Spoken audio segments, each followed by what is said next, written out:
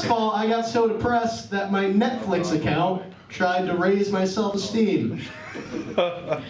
My Netflix, like, not only am I watching Netflix enough where it gets to know me as a person, it decided I needed some cheering up. So it kept giving me these categories to choose from, like mind-bending cerebral movies. Like it was saying, hey, come on, Dan, you're a smart guy.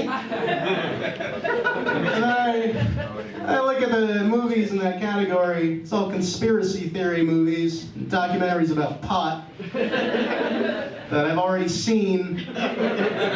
Oh. You guys do the pot? Yeah, all right, cool. I tried the pot once. A bunch more times after that. I remember one time, got really high by myself because I'm awesome. And I got too high, I got the fear, you know, like I didn't know what to do. I forgot I had nothing to do and that's why I get high. That's what happens. It's 2 in the morning, I was alone at my house. I go outside to smoke a cigarette. My neighbor, right across the street, standing in the middle of his lawn at 2 in the morning, staring at me. He picked then to do that. This isn't like a thing. So, like, I'm nervous. I'm like, oh, fuck, this guy knows how high I am. What am I gonna do, you know? I actually had to roll a cigarette because of poverty and Obamacare and the government, I don't know. And all of a sudden it dawns on me in this moment of clarity. I'm outside at 2 in the morning to smoke a cigarette. He's outside at 2 in the morning to stand in the middle of his lawn and stare at me. He's totally the weird guy in this situation. I'm not doing anything wrong. This guy's an asshole. So with renewed confidence, I look straight at him, and he looks straight to the ground. And I can literally watch him thinking, fuck, this guy knows how high I am. What am I gonna do?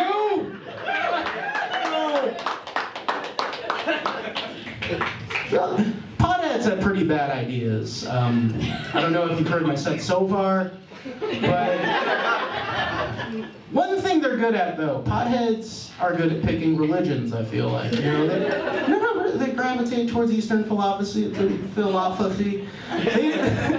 They gravitate toward Eastern philosophy.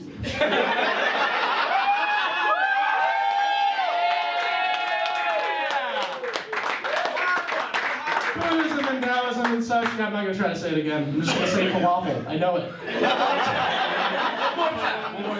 Philosophy.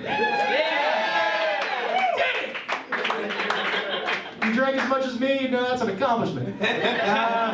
They gravitate toward that kind of stuff, and you think a pothead ever converted to Catholicism? Some stoner hippie on his quest for truth, you know, he's just like, yeah, I never thought of life as being some crippling burden that I should hate before. Makes a lot of fucking sense, man. Like a pothead converting to Judaism. I'm gonna cut off part of my dick.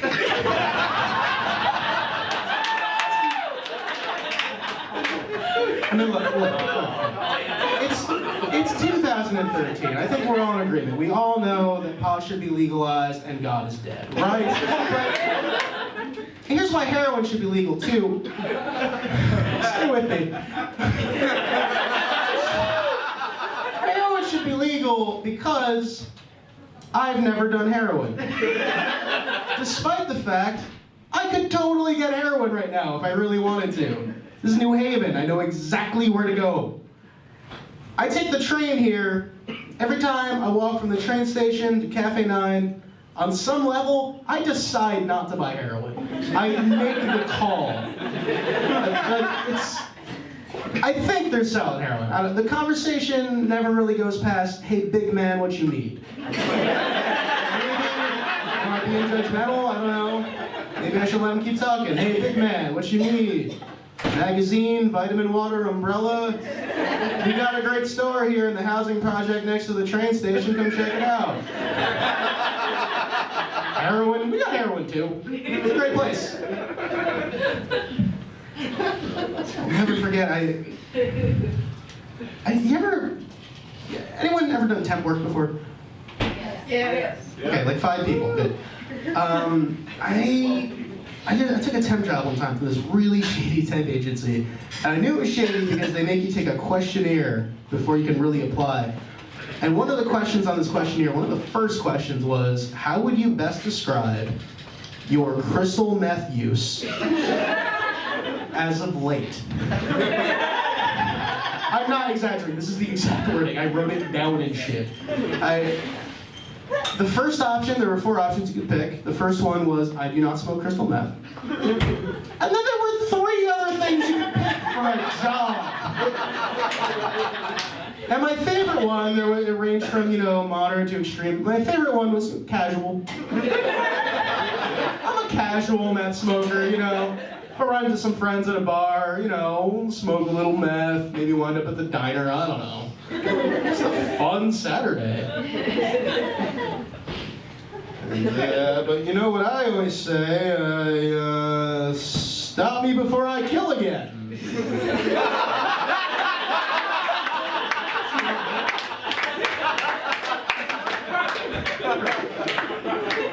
Now that's what I call a ham sandwich.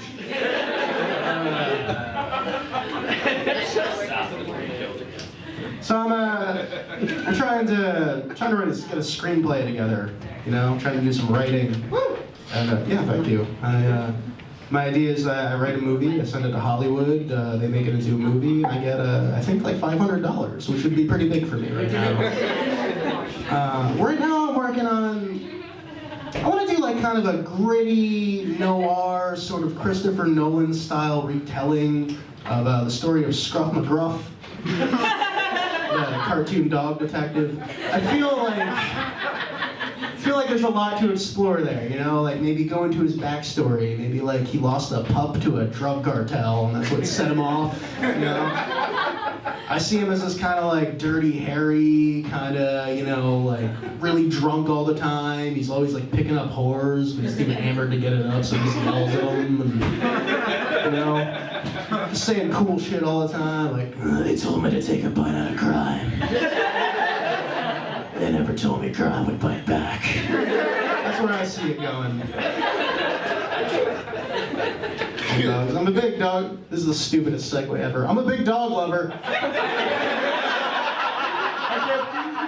I was putting this set together today. I'm like, yes, those totally work together. Any dog lovers here tonight? Okay. I love dogs. I think they're fascinating. They're underrated. They're as smart as 4-year-olds. They understand like 2,000 words. The way they've evolved and bred them. They can read our emotions by looking at our faces, just like we used to do before Facebook and smartphones happened. But that really is incredible. They're the only other animal that can do that, and I want you all to really think about how amazing that is. Then I want you to go home tonight. I want you to take a good long look at your cat, throw it away. But living with a cat is like living with a raccoon who's boring. Scratches up your shit, scratches you, but you're all like, oh, you don't understand, he loves me. No, you don't understand. You don't have a pet, you have Stockholm Syndrome.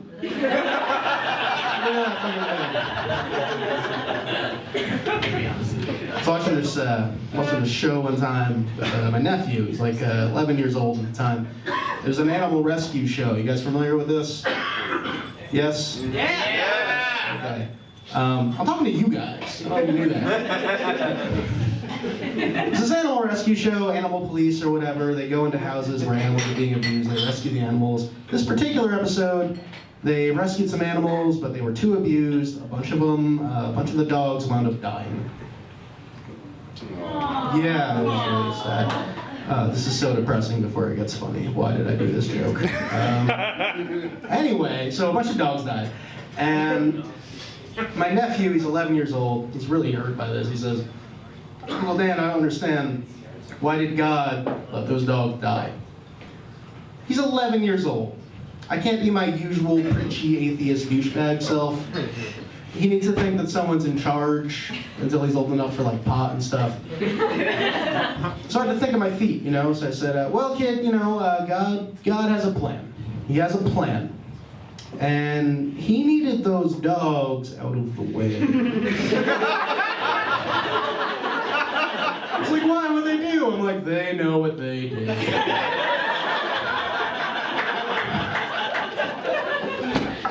I am a bit of an atheist myself, which means that I don't really believe in a concrete idea of God, and I believe that if you don't believe what I believe, you go to hell when you die.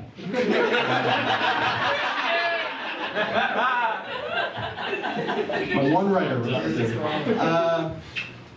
No, I'm an atheist. I'm like a non-practicing atheist now. You know, like I just don't give a shit anymore. Like someone that, like, oh, you believe that there's an invisible man who controls everything? That's cool. I thought Freddy vs. Jason was a good movie. We all believe stupid shit. It doesn't matter. We're all the same.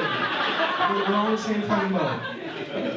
But I don't think I resent those. There's a saying: there's no such thing as an atheist in a foxhole. You ever heard this saying? Yeah. Talking to you guys again. I don't think that's necessarily true. I just think that your standard atheist, words tonight. What the fuck? I just think your standard atheist has more sense and decency than to pick being under fire in a foxhole as the time to preach atheism. I don't, like, I've never been in that situation, but I don't think that I'm gonna be in a foxhole under enemy fire and see people praying and be like, you guys are stupid. No, come on, no. It's all, religion's just the way to, did Steve die? Oh wow, Steve's dead, all right. Anyway, Karl Marx, he figured it out, bro. It's all, just open to the masses. You have more sense than that, be a little more respectful.